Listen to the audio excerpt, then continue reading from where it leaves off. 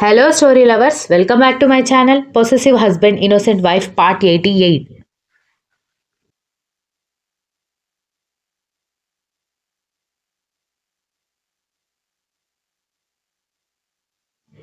Irritate అవుతున్న మహేష్ చంద్రప్రసాద్ వైపు చూసి మరి లేకపోతే నిన్నగాక మొన్న ఈయనగారు ప్రేమించగానే ఈయనగారి ప్రేమ సక్సెస్ అయిపోతుందా? అక్కడ ఉన్నది భార్యాభర్తల బంధం. దాన్ని ఆ దేవుడు కూడా కాదనలేడు, విడదీయలేడు అని అనుకున్నాడు వెటకారంగా. ఏంటి మూర్తి ఇలా అవుతుంది అనగానే ఏమైంది సార్ అని అసిస్టెంట్ ఏమీ తెలియనట్టుగా అడిగేసరికి నేను ఏ విషయం గురించి మాట్లాడుతున్నానో నీకు అర్థం కావడం లేదా అని మహేష్ చంద్రప్రసాద్ కోపంగా అడిగేసరికి ఓహో, మిస్సెస్ దాక్షాయణి కర్ణ గురించి మాట్లాడుతున్నారా అనగానే రేయ్ అని మహేష్ చంద్రప్రసాద్ కోపంగా చూడ్డంతో వాళ్ళ పేరు అదే కదా సార్, భార్యాభర్తలు కాబట్టి ఇతని పేరు కలిపే కదా చదవాలి అనగాని ఏంటి నా దగ్గర తెలివి చూపిస్తున్నావా అని కోపంగా అడిగేసరికి నేను తెలివి చూపించడం లేదు సార్, మీరే తెలివి తక్కువగా ప్రవర్తించారు. వాళ్ళకి ఒకరంటే ఒకరికి పంచ ప్రాణాలు. అలాంటి వాళ్ళని విడదీయడం మీ వల్ల కాదు. అనవసరంగా మీ టైం వేస్ట్ చేసుకోకండి సార్. ఇప్పటికీ ఫారెన్లో ఉన్న 2 డీలింగ్స్ని ఈ విషయం గురించి పక్కన పెట్టేశారు. లాస్ జరిగితే మీ నాన్నగారికి ఏం సమాధానం చెప్తారు అని అడిగాడు అసిస్టెంట్.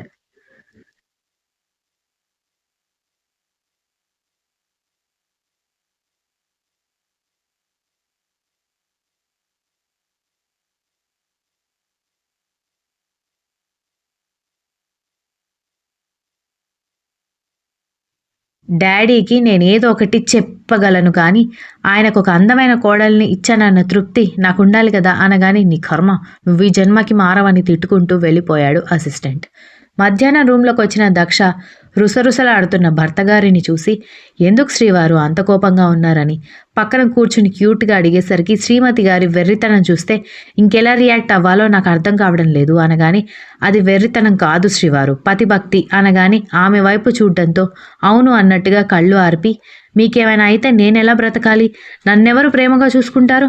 నాకు కావాల్సినప్పుడల్లా ఎవరు మా నాన్న అమ్మని చూడ్డానికి తీసుకెళ్తారు? ఎవరు నాతో చిలిపి గిల్లి కజ్జాలు పెట్టుకుంటారు చెప్పండి అని అడిగేసరికి నాకేం కాదే అన్నాడు.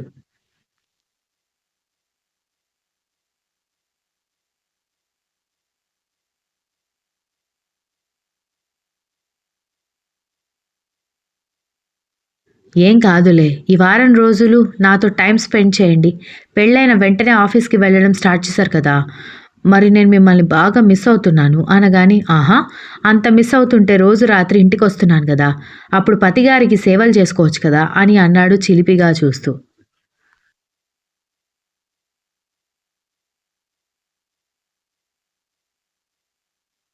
మా శ్రీవారికి ఎన్ని సేవలు చేసినా కూడా సరిపోదట.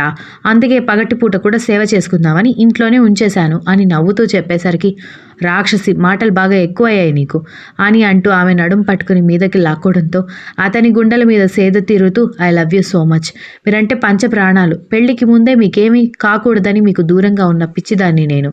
పెళ్ళైన తర్వాత ఇంకెంత పిచ్చిగా ప్రవర్తిస్తాననేది మీరే ఆలోచించండి. మీరు నూరేళ్లు క్షేమంగా ఉండాలి, నా పక్కనే ఉండాలి, నా గుండెల మీద ఈ తాళి బొట్టు వేలాడుతూ ఉండాలి అని చెప్పడంతో సరే, నీ శ్రీవారు నువ్వు చెప్పినట్టుగా ఈరోజు ఇంట్లో ఉన్నాడు కదా, మరి నాకేమిస్తావు అని అడిగాడు గుసగుసగా.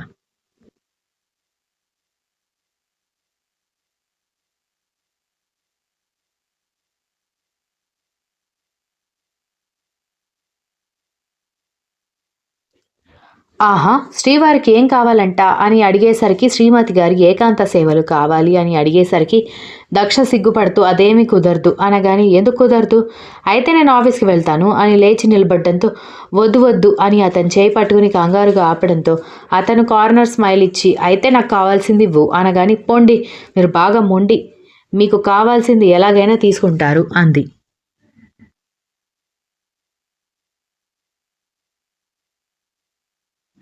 తెలుసు కదా, అయితే ఇచ్చేయి అనగానే లేచి నిలబడి అతని దగ్గరికి వెళ్ళి అతని గొంతు చుట్టూ పూలమాలలాగా చేతులు వేసి అతని పెదాలని అందుకోవడంతో తనంత తనుగా వచ్చిన దక్షని ఆశ్చర్యంగా చూస్తూ ఆమె నడుం చుట్టూ చేతులు వేసి గాఢంగా అల్లుకుపోయాడు కర్ణ. తమదైన ప్రేమలోకంలో ఇద్దరు మునిగిపోతూ ఉంటే ఆమె మెడవంపులోకి జారి ముద్దులు పెడుతూ ఇంకాస్త గాఢంగా ఆమెని దగ్గరికి తీసుకొని ఇంత అందంగా ఎలా పుట్టావే అని అడిగేసరికి నేను నార్మల్గానే ఉన్నాను, మీ కంటికి అలా కనిపిస్తున్నాను అని అడిగింది.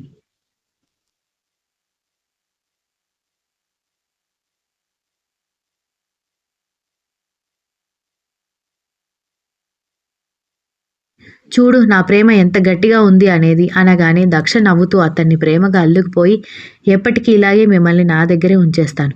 ఏ ప్రమాదం మీ దగ్గరికి రాకూడదు అనగానే ఈ డైలాగ్స్ అన్నీ నేను చెప్పాలి. నువ్వు చెప్తున్నావు అనగానే మీరు నాకు చెప్పండి నేను మీకు చెప్తాను అంటూ అతని ముక్కు మీద ముద్దు పెట్టింది.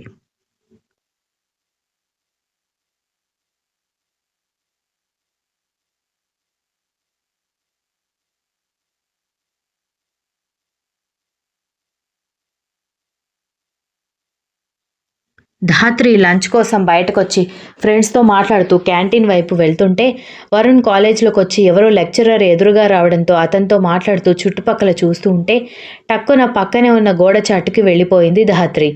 ధాత్రి అని వాళ్ళు పిలుస్తుంటే ఏమీ మాట్లాడొద్దు అని వాళ్ళకి చెప్పడంతో నెమ్మదిగా వాళ్ళు ఆమె పక్కకెళ్ళి ఏమైంది, ఎవరిని చూసి దాక్కుంటున్నావని అడిగేసరికి అక్కడ చూడు అని వరుణ్ వైపు చూపించడంతో అవును మన వరుణ్ కదా నీ బెస్ట్ ఫ్రెండ్, ఎందుకు చూసి దాక్కున్నావు అనగానే బెస్ట్ ఫ్రెండ్ లేదు తొక్క లేదు, మీరు సైలెంట్గా వెళ్ళిపోండి, నన్ను అడిగితే నేను ఈరోజు కాలేజ్కి రాలేదు అని చెప్పండి, ఏదైనా అతి తెలివి చూపించారనుకో అసైన్మెంట్ను నా దాంట్లో నుంచి చూసి రాసావని మన ఫిజిక్స్ లెక్చరర్కి చెప్తాను, నీకు ఇచ్చిన 100 మార్క్స్ 0 మార్క్స్ చేసేస్తాడు అనగానే వద్దే తల్లి నువ్వు చెప్పినట్టుగా చెప్తామని అందరూ తలాడించి వెళుతూ ఉంటే వరుణ్ వెంటనే ధాత్రి ఫ్రెండ్స్ని గుర్తుపట్టి హలో హాయ్ ఎలా ఉన్నారు అని అడిగేసరికి హలో వరుణ్ గారు ఎలా ఉన్నారు, మేము బాగానే ఉన్నాము అనగానే ధాత్రి ఎక్కడ అని అడిగేసరికి తను ఈరోజు కాలేజ్కి రాలేదు అని చెప్పారు వాళ్ళు.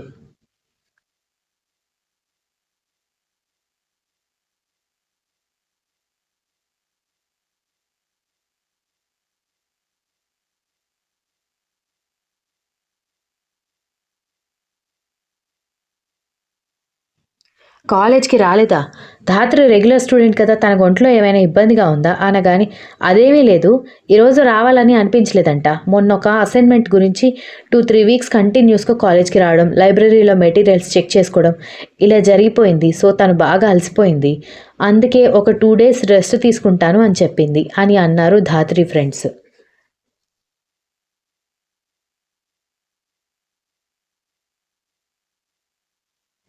వరుణ్ కర్ణ వాళ్ళ ఇంటికి దగ్గరలోనే హాస్టల్లో ఉంటూ ఉండడంతో ధాత్రి ఆ రోజు మార్నింగ్ కాలేజ్ బస్సు ఎక్కడం చూశాడు.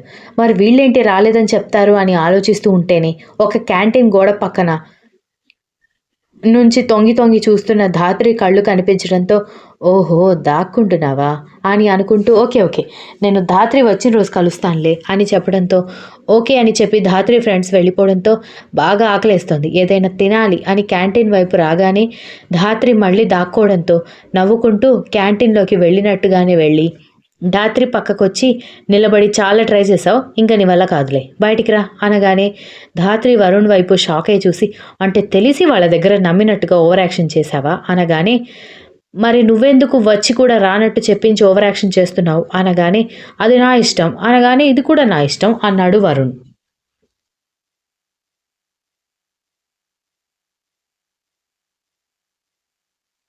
ముందు కాలేజ్కి ఎందుకు వచ్చావో చెప్పు, సార్ గారు మళ్ళీ ఈరోజు ఫిజిక్స్ క్లాసెస్ చెప్పడానికి వచ్చారా, మా బట్టతల ఫిజిక్స్ సార్ కాలేజ్కి వచ్చారు, తమరు క్లాసెస్ చెప్పాల్సిన అవసరం లేదు అనగానే నేను క్లాసెస్ చెప్పడానికి వచ్చాను అని ఎవరు చెప్పారు అనగానే ధాత్రి వరుణ్ వైపు చూస్తుంటే నేను ఫిజిక్స్ క్లాసెస్ చెప్పడానికి రాలేదు కెమిస్ట్రీ క్లాసెస్ చెప్పడానికి వచ్చాను అని వరుణ్ నవ్వుతూ చెప్పేసరికి తెలివి చూపించకుండా ముందు ఇక్కడి నుంచి వెళ్ళు నేను లంచ్ చేయాలి నాకు ఆకలిస్తోంది తర్వాత క్లాసెస్ ఉన్నాయి అనగానే లంచ్ చెయ్యి నేను కాదని చెప్పలేదే నేనేమైనా నిన్ను భోజనం చేయొద్దు అని చెప్తున్నానా అని అతను వెటకారంగా అడిగేసరికి అయితే ఇంకా ఇక్కడ ఎందుకున్నారు బయలుదేరండి అనగానే నా ఇష్టం నేను ఉండాలా వెళ్ళిపోవాలా కూడా నువ్వే చెప్తావా అమ్మాయి అన్నాడు.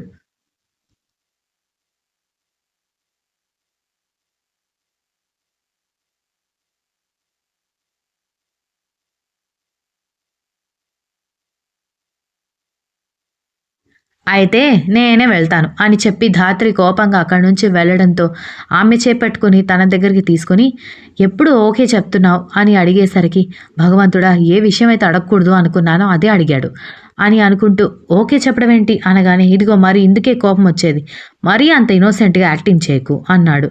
Continuous. If you like the story please like share comment and don't forget to subscribe.